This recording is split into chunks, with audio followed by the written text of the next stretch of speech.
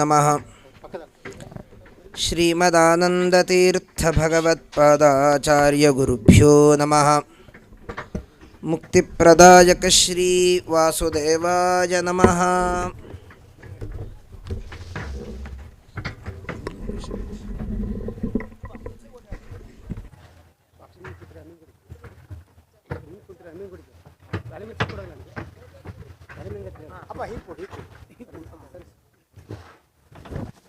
ಸ್ವಲ್ಪ ಡಿಸ್ಟರ್ಬ್ ಇರ್ತದೆ.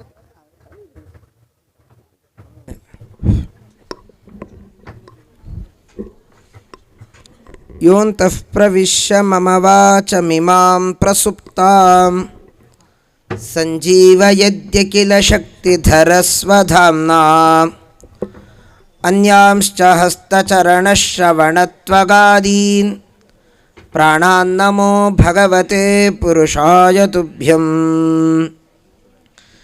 ಚಿತ್ತೇನಾಯುಕ್ತಮರ್ಥಂ ಕಲಯತಿ ಸಹಸಾ ನಾಭಿಧತ್ತೇದ ಸದ್ಭಿಃ ಸಾಕಂ ಮೀಮಾಂಸತೆ ವಾ ನ ಲಿಖತಿ ವಚಸೋದ್ಘಾಟಯತ್ಯಾಸಯಂ ಸ್ವಂ ಉಕ್ತಂ ನೋ ವಕ್ತಿ ಭೂಯಃ ಕ್ವಚಿದಪಿ ಲಿಖಿತಂ ನೈವ ನಿರ್ಮಾಷ್ಟಿ ತಸ್ಮಾತ್ ಅಸ್ಮಾಭಿಃ ಸಪ್ರಬಂಧ ಪ್ರಣಯನ ವಿಷಯೇ ಸ್ತೂಯತೆ ರಾಘವೇಂದ್ರಃ.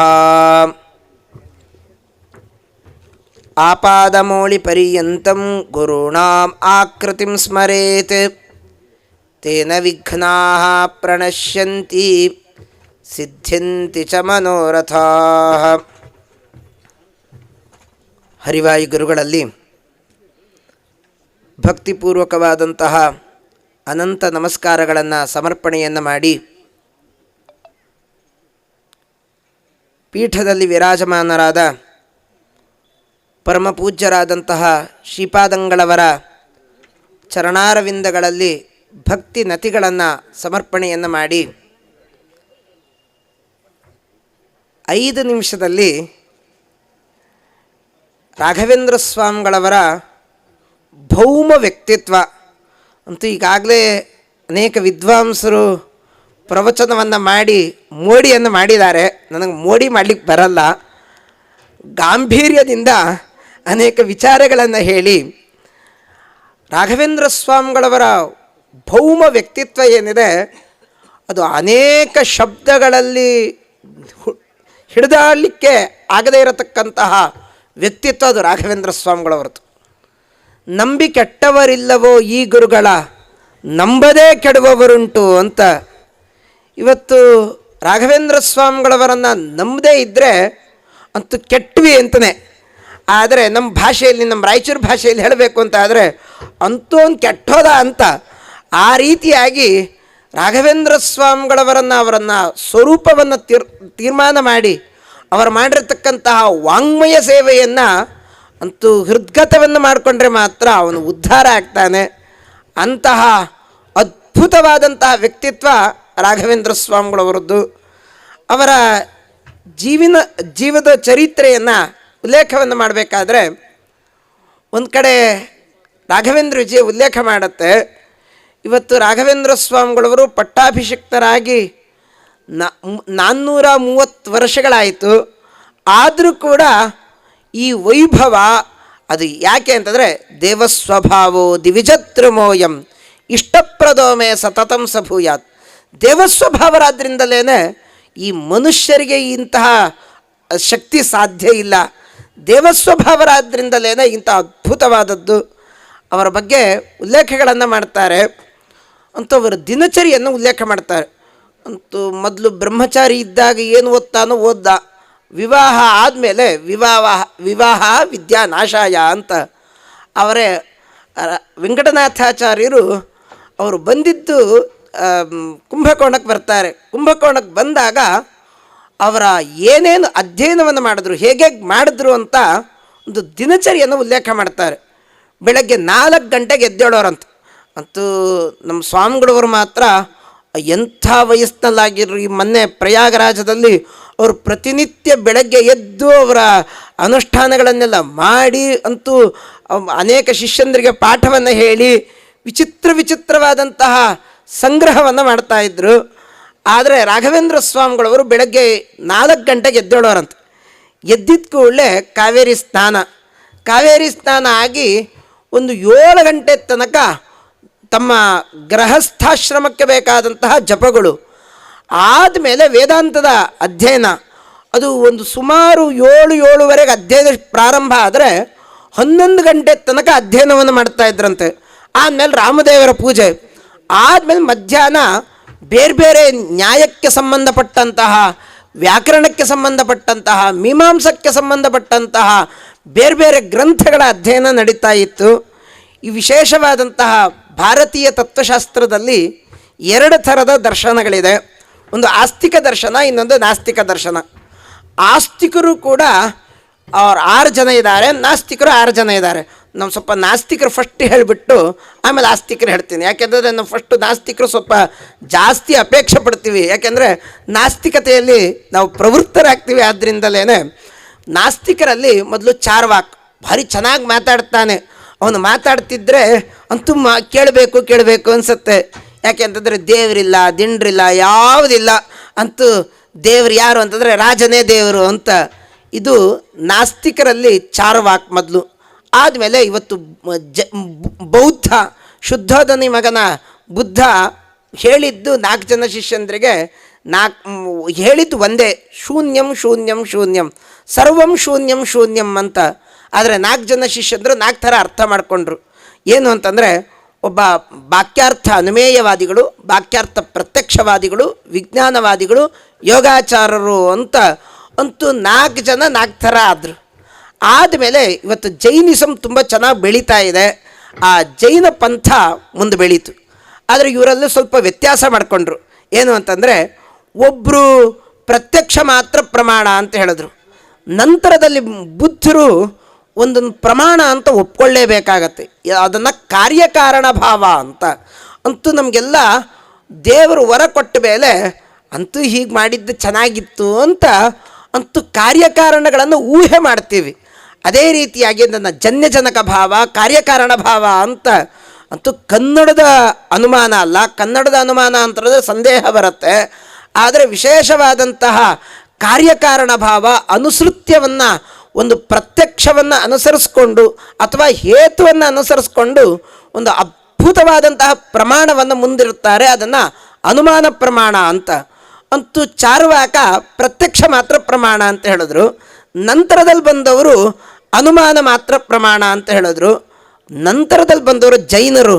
ಅವ್ರು ಹೇಳಿದ್ರು, ನಮ್ಮಪ್ಪನ ವಾಕ್ಯ ಮಾತ್ರ ಪ್ರಮಾಣ, ನಮ್ಮ ತಾತ ಹೇಳಿದ್ದು ಪ್ರಮಾಣ, ವೇದವನ್ನು ಪ್ರಮಾಣ ಅಂತ ಹೇಳಿಲ್ಲ. ಇಷ್ಟು ಜನ 6 ಜನರು ಕೂಡ ಅವರು ವೇದೋಕ್ತವಾದಂತಹ ವಿಚಾರಗಳೇನಿದೆ, ಪ್ರಮೇಯಗಳಿದೆ, ಅದನ್ನು ಯಾವುದನ್ನೂ ಕೂಡ ಪ್ರಮಾಣ ಅಂತ ಹೇಳದೇನೆ ಅಂತೂ ಅವರಿಗೆ ಖಂಡಿತ ಮಾತ್ರ ಪ್ರಮಾಣ ಅಂತ ಹೇಳಿದವರು. ಆದ್ದರಿಂದಲೇ ಇವರು ನಾಸ್ತಿಕರು. ಆಸ್ತಿಕರು 6 ಜನ ಇದ್ದಾರೆ. ಅವರಲ್ಲಿ ಸಾಂಖ್ಯ, ಯೋಗ, ನ್ಯಾಯ, ವೈಶೇಷಿಕ, ವ್ಯಾಕರಣ, ಮೀಮಾಂಸಾ ಅಂತ. ಸಾಂಖ್ಯಕ್ಕೆ ಪ್ರವರ್ತಕರಾದಂಥವರು ಕಪಿಲ ಮಹರ್ಷಿಗಳು, ದೇವಹೂತಿಗಳ ಮಕ್ಕಳಾದಂತಹ ಕಪಿಲ ಮಹರ್ಷಿಗಳು ಅದಕ್ಕೆ ಸಾಂಖ್ಯಕ್ಕೆ ಪ್ರವರ್ತಕರು. ಯೋಗಕ್ಕೆ ಪ್ರವರ್ತಕರಾದಂಥವರು ಇವತ್ತು ವಿಶೇಷವಾದಂತಹ ಪತಂಜಲಿ ಪ್ರಾಡಕ್ಟ್ಸ್ ಎಲ್ಲ ಬರ್ತಾ ಇದೆ. ಆದರೆ ನಾರಾಯಣ ವರ್ಮ ಒಂದು ಮಾತು ಹೇಳುತ್ತೆ, ಯೋಗನಾಥ ಅಂತಂದರೆ ಅದು ದತ್ತಾತ್ರೇಯ ರೂಪಿ ಪರಮಾತ್ಮನನ್ನು ಯೋಗನಾಥ ಅಂತ ಕರೀತಾರೆ. ಆದರೆ ಆ ಪತಂಜಲಿಗಳು ವಿಶೇಷವಾದಂತಹ ಯೋಗಕ್ಕೆ ಪ್ರವರ್ತಕರಾಗಿದ್ದಾರೆ. ನಂತರದಲ್ಲಿ ವ್ಯಾಕರಣ, ನ್ಯಾಯಕ್ಕೆ, ಕಾಣಾದಕ್ಕೆ, ನ್ಯಾಯಕ್ಕೆ ಪ್ರವರ್ತಕರಾದಂಥವರು ಗೌತಮರು. ಇವತ್ತೇನು ರಾಘವೇಂದ್ರ ಸ್ವಾಮಿಗಳವರ ವಂಶ ಏನಿದೆ, ಆ ಅದ್ಭುತವಾದಂತಹ ಏನೊಂದು ವಂಶ ಇದೆ, ಆ ವಂಶದ ಮೂಲ ಪ್ರವರ್ತಕರು ಗೌತಮರು ವಿಚಿತ್ರವಾದಂತಹ ನ್ಯಾಯಶಾಸ್ತ್ರದ ಪ್ರವರ್ತನೆಯನ್ನು ಮಾಡಿದವರು. ಅವನಂ ಸವನಾದಿ ಸತ್ಕ್ರಿಯಾಣಾಂ ಅವನಿದಾನವೈರಿಣಾಂ ನಿದಾನಂ. ರಾಘವೇಂದ್ರ ವಿಜಯ ಅವರ ವಂಶವನ್ನು ಉಲ್ಲೇಖ ಮಾಡ್ತಾ ಅಂತೂ ಪಂಚಲಕ್ಷಣಾತ್ಮ, 5 ಲಕ್ಷಣ ಅಂತಂದರೆ 5 ಅಧ್ಯಾಯದ ಒಂದು ಅದ್ಭುತವಾದ ಸೂತ್ರವನ್ನು ರಚನೆ ಮಾಡಿದ್ದಾರೆ. ಅದನ್ನು ಮಾಡಿದವರು ಗೌತಮರು. ಇವತ್ತೇನಾದರೂ ಹೊರಗಿನ ದೇಶಕ್ಕೆ ಹೋಗಿ ಭಾರಿ ಓದ್ಕೊಂಡು ಬಂದ ಅಂತಂದರೆ ಅವನಿಗೇನು ಮರ್ಯಾದೆನೋ ಏನು ಎಲ್ಲ ಮಾಡ್ತೀವಿ. ಇಡೀ ದರ್ಶನ ಪ್ರಪಂಚದಲ್ಲೇ ವಿಚಿತ್ರವಾದಂಥ ಮೇಧಾವಿಗಳು ಅನ್ಸ್ಕೊಂಡವರು ನ್ಯಾಯ. ಅಂತೂ ಈ ನ್ಯಾಯಶಾಸ್ತ್ರವನ್ನು ಮುಂದುವರಿಸ್ಕೊಂಡು ಬೇರೆ ಬೇರೆ ದರ್ಶನ ಪ್ರಪಂಚ ಮುಂದೆ ಬೆಳೆಯುತ್ತೆ.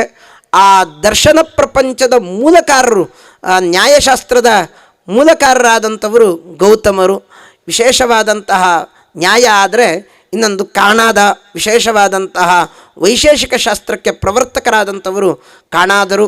ನಂತರದಲ್ಲಿ ವ್ಯಾಕರಣಕ್ಕೆ ಪ್ರವರ್ತಕರಾದಂಥವರು ಪಾಣಿನಿ ಆಚಾರ್ಯರು. ಇದು ವಿಶೇಷವಾದಂತಹ ಶಬ್ದ ಪ್ರಪಂಚ ಇವತ್ತೇನು ಶಬ್ದ ಕಾಣುತ್ತೆ ಇದಕ್ಕೆ ಮಾತ್ರ ವೈಯಾಕರಣರು ಪಾಣಿನಿ ಆಚಾರ್ಯರು ಅದಕ್ಕೆ ಪ್ರವರ್ತಕರು. ಮೀಮಾಂಸಾದಲ್ಲಿ ಎರಡು ಥರ ಮೀಮಾಂಸಾ ಇದೆ. ಒಂದು ಪೂರ್ವ ಮೀಮಾಂಸಾ, ಇನ್ನೊಂದು ಉತ್ತರ ಮೀಮಾಂಸಾ. ಪೂರ್ವ ಮೀಮಾಂಸಕ್ಕೆ ಪ್ರವರ್ತಕರಾದಂಥವರು ಜೈಮಿನಿಗಳು, ಉತ್ತರ ಮೀಮಾಂಸಕ್ಕೆ ಪ್ರವರ್ತಕರಾದಂಥವರು ವೇದವ್ಯಾಸದೇವರು. ವಿಶೇಷವಾದಂಥ ಓಂ ಓಂ ಅಥಾತೋ ಬ್ರಹ್ಮಜಿಜ್ಞಾಸ ಓಂ ಅಂತ ಪ್ರಾರಂಭ ಮಾಡಿಕೊಂಡು ಓಂ ಅನಾವೃತ್ತಿ ಶಬ್ದಾತ್ ತದಾವೃತ್ತಿ ಶಬ್ದಾತ್ ಓಂ ಅಂತ 564 ಸೂತ್ರಗಳು, 222 ಅಧಿಕರಣ. ಇದನ್ನು ಹೇಳಿದ್ರೆ ಅಂತೂ ದೊಡ್ಡ ವಿದ್ವಾಂಸ ಅಂತ. ಅಂತೂ ಶಬ್ದಜಾತಸ್ಯ ನಿರ್ಣಯಸ್ಯ ಯಪ್ರಮಾಣಶ್ಚ ನಿರ್ಣಯ ಅಂತೂ ಇಷ್ಟನ್ನು ಅಧ್ಯಯನ ಮಾಡಿದ್ರೆ ಅವನು ಷಡ್ದರ್ಶನ ವಲ್ಲಭಾಚಾರ್ಯ ಅಂತ ಬಿರುದು ಕೊಡ್ತಾರೆ. ಆದರೆ ನಮ್ಮ ರಾಘವೇಂದ್ರ ಸ್ವಾಮಿಗಳವರ ಗುರುಗಳು ಅವರು ಸುಧೀಂದ್ರ ಸ್ವಾಮಿಗಳವರು. ಅವರು ಸುರೇಂದ್ರ ತೀರ್ಥರ ಹತ್ರ ಅಂತೂ ಸುಧೀಂದ್ರ ಸ್ವಾಮಿಗಳವರಿಗೆ 12 ವರ್ಷದ ಪುಟ್ಟ ಹುಡುಗ. ಸುರೇಂದ್ರ ಸ್ವಾಮಿಗಳವರು ಒಂದು ಕಡೆ ವಿಜೇಂದ್ರ ಸ್ವಾಮಿಗಳವರು. ಅವರ ಕಾಲದಲ್ಲಿ ಅವರೊಂದು ಗೋಷ್ಠಿಯನ್ನು ಮಾಡ್ತಾರೆ. ಆ ಗೋಷ್ಠಿ ಒಳಗೆ ನಾರಾಯಣಾಚಾರ್ಯರು ಆ ವಿಚಿತ್ರವಾದಂಥ 6 ದರ್ಶನಗಳಲ್ಲಿ ತಲಸ್ಪರ್ಶಿ ಪಾಂಡಿತ್ಯವನ್ನು ಹೊಂದಿದ್ರು. ಅದನ್ನು ಬೆರಗಾಗಿ ನಾರಾಯಣಾಚಾರ್ಯಗೆ ಬಿರುದಾಂಕಿತವನ್ನು ಕೊಡ್ತಾರೆ, ಷಡ್ದರ್ಶನ ವಲ್ಲಭಾಚಾರ್ಯ ಅಂತ. ಆ ಷಡ್ದರ್ಶನಗಳಲ್ಲಿ ಸಮಗ್ರ ಪಾಂಡಿತ್ಯವನ್ನು ಗಳಿಸಿದವರು ಸುಧೀಂದ್ರ ಸ್ವಾಮಿಗಳವರು. ಆ ಇಡೀ ತತ್ತದ ಅಭ್ಯಸ್ಯತಿ ಸ್ಮ ಅಂತೂ ಮಧ್ಯಾಹ್ನ ಕಾಲದಲ್ಲಿ ಅಂತೂ ಸುಧೀಂದ್ರ ಸ್ವಾಮಿಗಳವರು ಅವ್ರು ಏನೇನು ಅಧ್ಯಯನ ಮಾಡಿದ್ರು, ಆ ದೈವದತ್ತವಾದಂತಹ ಏನೊಂದು ಅಧ್ಯಯನ ಇತ್ತೋ ಅದನ್ನು ಎಲ್ಲವನ್ನೂ ಕೂಡ ವೆಂಕಟನಾಥಾಚಾರ್ಯರಿಗೆ ಧಾರೆಯನ್ನೇ ಎರಿತಾ ಇದ್ದಾರೆ. ಅದಾದ ಮೇಲೆ ಸಂಜೆ ಕಾಲದಲ್ಲಿ ಅಂತೂ ಪ್ರತಿಯೊಬ್ಬರ ಮನೆಗೆ ಬರ್ತಾ ಇದ್ರಂತೆ. ಮನೆಗೆ ಬಂದು ಏನು ಮಾಡ್ತಿದ್ರು ಅಂತಂದರೆ ಅವನು ಏನು ದುಃಖ ಇದೆ, ಅದರ ಏನು ಪರಿಹಾರ ಮಾಡಬೇಕು ಅದನ್ನು ಶಾಶ್ವತ ಪರಿಹಾರವನ್ನು ಮಾಡ್ತಾಯಿದ್ರು. ಇದು ವೆಂಕಟನಾಥಾಚಾರ್ಯರು. ಸಂಜೆ ಕಾಲದಲ್ಲಿ ಅನೇಕ ಕಾವ್ಯಗಳನ್ನು ರಚನೆ ಮಾಡಿ ಇಂತಹ ಅದ್ಭುತವಾದಂತಹ ದೇವಸ್ವಭಾವರಾದಂಥವರು ರಾಘವೇಂದ್ರ ಸ್ವಾಮಿಗಳವರು. ಅಂತೂ ಇಂಥ ಮಾತು ಮಾಡಬೇಕಾದ್ರೆ ಕೊನೆಗೆ ಅಂತೂ ನಾನು ಮಾಡಿದ್ದೆ ನಾನು ನಾನು ನಾನು ಅಂತ ಬರುತ್ತೆ. ರಾಘವೇಂದ್ರ ಸ್ವಾಮಿಗಳವರು ಹೇಳ್ತಾರೆ, ಜ್ಞಾನಾಬ್ಧಿರಪ್ಯವಾದಿತ್ಯ ಸ್ಖಲತ್ವ ಸ್ವಪ್ನಸ್ತದ ಮಾದೃಶಾನಾಂ ಕಿಂ ವಾಚ್ಯಂ ಕ್ಷಮ್ಯಂತ ತದ್ಬುಧಾಹ ಅಂತ ಪರಿಮಳದ ಕೊನೆಯಲ್ಲಿ ಮಾತು. ಅಂತೂ ಜ್ಞಾನಾಬ್ಧಿರಾದಂತಹ ಜಯತೀರ್ಥ ಗುರುಸಾರ್ವಭೌಮರು ವಿಶೇಷವಾದಂಥ ಅವರಿಗೆ ಯಾವ ಅಹಂಕಾರಗಳು ಇಲ್ಲ. ನವೈದುಷ್ಯಭ್ರಾಂತ್ಯ ನ ಚ ವಚನ ಚಾತುರ್ಯ ಕುಥಿಯ ನಮಾತ್ಸರ್ಯ ಆವೇಶಾತ್ ನ ಚಪಲತಾದೋಷವಶತಃ ಪರಂ ಶ್ರದ್ಧಾಜಾಡ್ಯಾತ್ ಅಕೃಷಿಕೃತಿ ಮಾಚಾರ್ಯ ವಚಸಿ ಸ್ಖಲನ್ನಪ್ಪೇತಸ್ಮಾತ್ ಜಗತಿ ನಹಿ ನಿಂದ್ಯೋಸ್ಪಿ ವಿದುಷಾಂ.